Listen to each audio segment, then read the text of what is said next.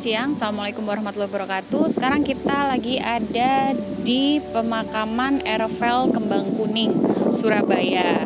Nah, pemakaman Ervel yang ada di belakang saya ini diperuntukkan untuk umum. Jadi, kalau teman-teman pengen berkunjung ke sini tanpa perlu mengurus izin ke sana sini.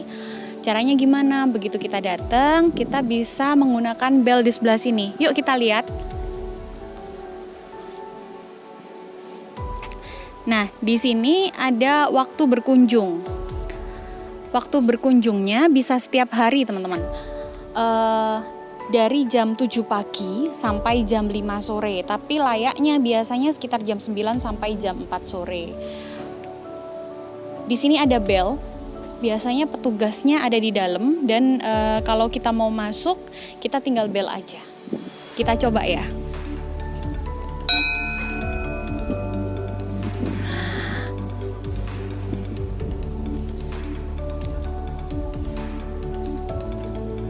Tunggu bapaknya datang.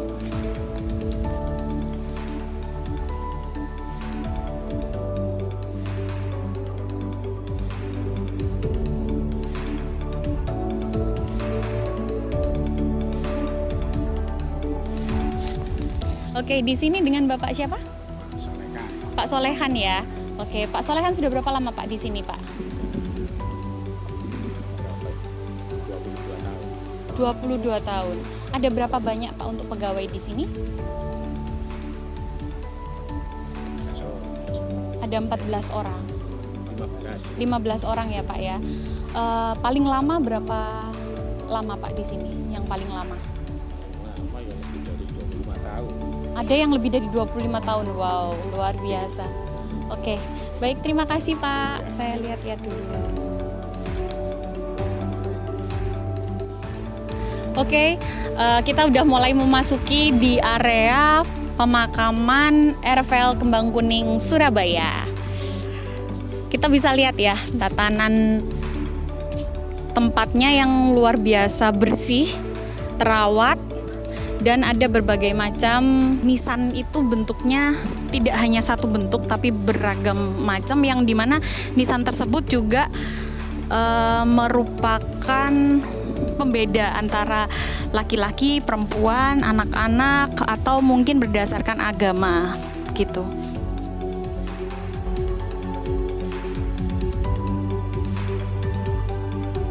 Oke, jadi di sini di makam Ervel ini ada 3 monumen. Yang pertama ini makam kecil.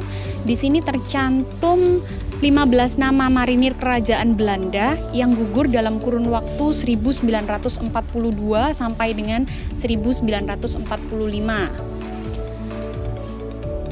Peristirahatan mereka juga masih belum bisa ditunjukkan, makanya dibangun monumen ini. Nah, nama-namanya di sini tercantum semua. Dari mulai lahirnya sampai dengan meninggalnya. Oke. Nanti kita lihat ada monumen kedua dan monumen ketiga. Oke.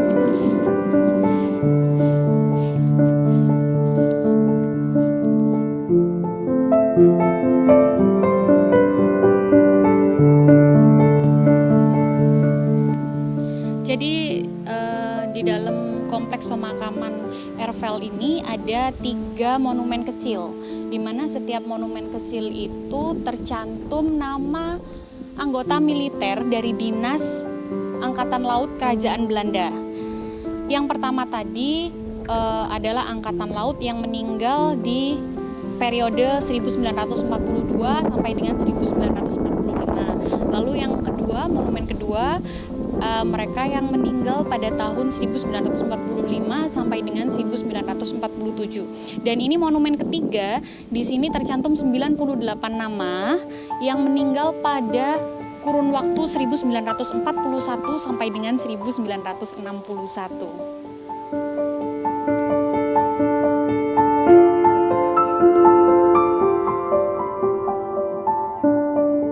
Jadi ini adalah monumen untuk mengenang para personil dari Angkatan Laut Belanda yang meninggal dan dikebumikan baik di wilayah sini ataupun yang jasadnya tidak diketemukan.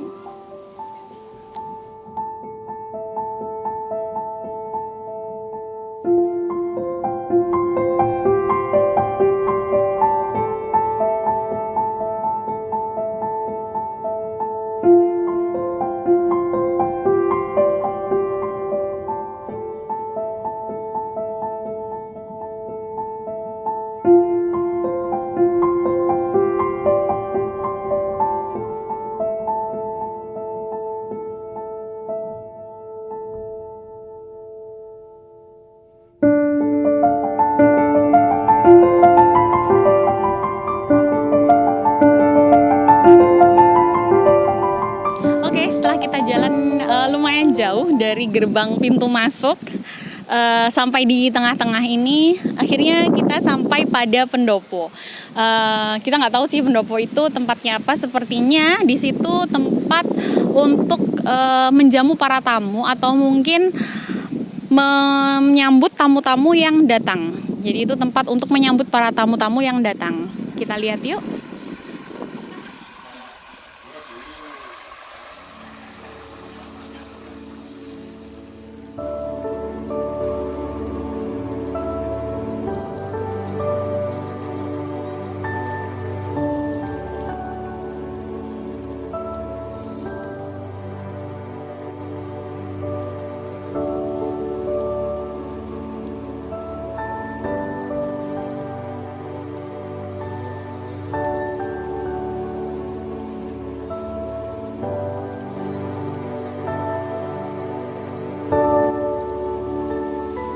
Di meja ini ada beberapa berkas seperti di sini ada Ervel Ancol, Ervel Menteng, Ervel Kalibanteng, Ervel Candi, Pandu. Sepertinya ini adalah file-file tentang Ervel di Indonesia. Jadi teman-teman perlu tahu, di Indonesia ini ada 7 Ervel. Sebelumnya itu ada 22 Ervel yang kemudian diringkas menjadi 7 Ervel. Banyak sekali jenazah-jenazah yang memang dipindahkan ke 7 Ervel ini. Jadi dari 22 Ervel dipindah menjadi ke 7 Ervel.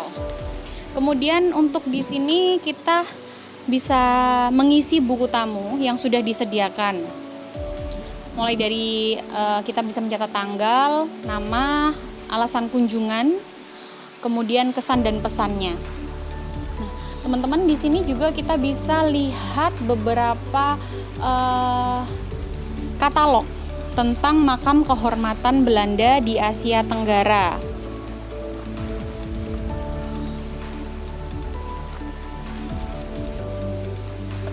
Selain itu, mereka juga menyediakan donasi.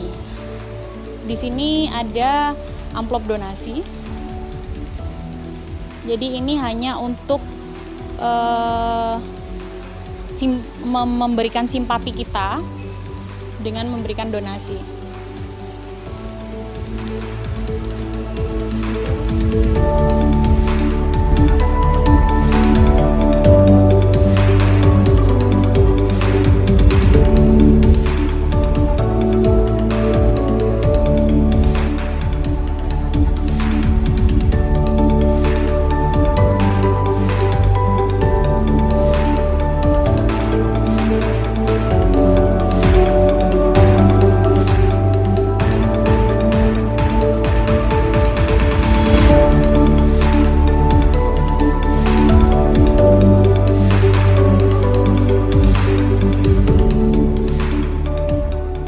Monumen ini dibangun untuk simbolis penghargaan terhadap para pahlawan atau awak kapal dari 3 buah kapal Belanda yang ditenggelamkan di Laut Jawa oleh pasukan Jepang.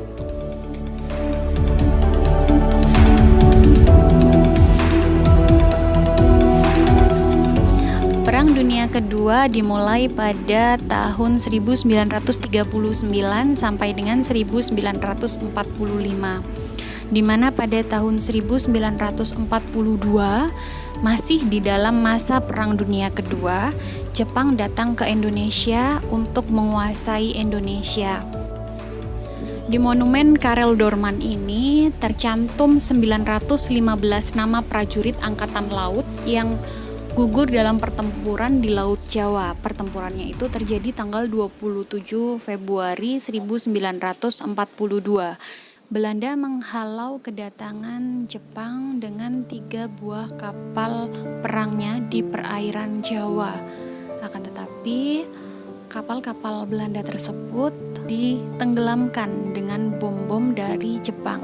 Maka dari itu, setiap tanggal 27 Februari setiap tahunnya di Ervel Kembang Kuning ini diadakan upacara untuk mengenang tenggelamnya kapal Karel Doorman Siapa Karel Doorman? Karel Doorman adalah salah seorang pelaut, pemimpin dari pasukan Belanda.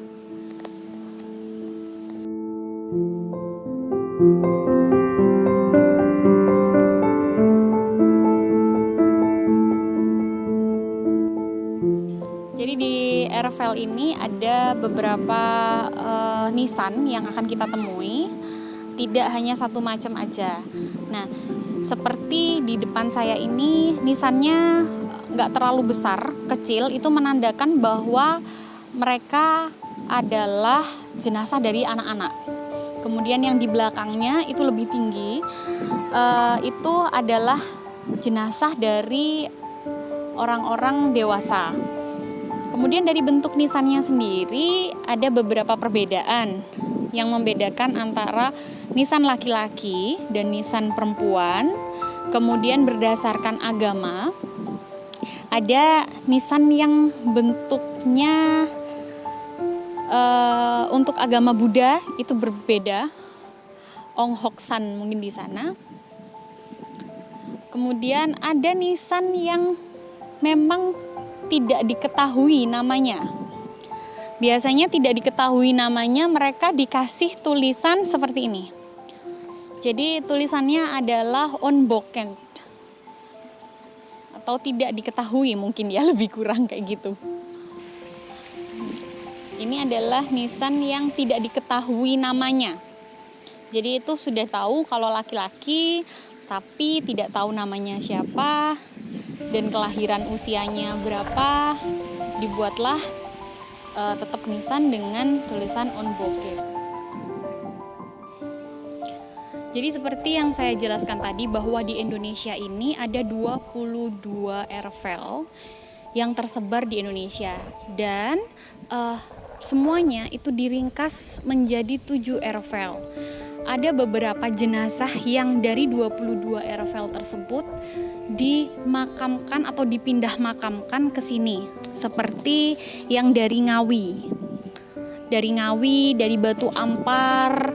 Nah, ini mereka dipindahkan ke sini.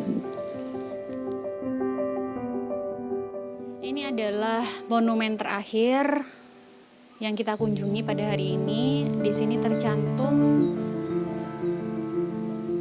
356 nama prajurit Angkatan Laut Kerajaan Belanda dan para karyawan pemerintahan militerisasi. Mereka gugur di pertempuran melawan armada Jepang di kawasan Laut Hindia Belanda dalam kurun waktu antara 8 Desember 1941 hingga tanggal 9 Maret 1942.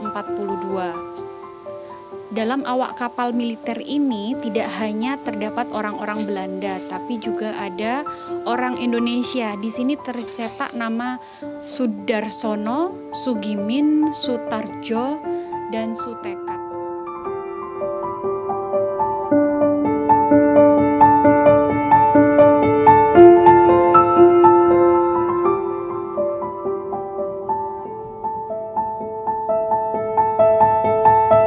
Selain daripada kompleks pemakaman RFL, di luar dari itu kita juga bisa menemui monumen di tengah-tengah jalan menuju pemakaman di area wilayah pemakaman Kembang Kuning atau pemakaman Kristen Kembang Kuning.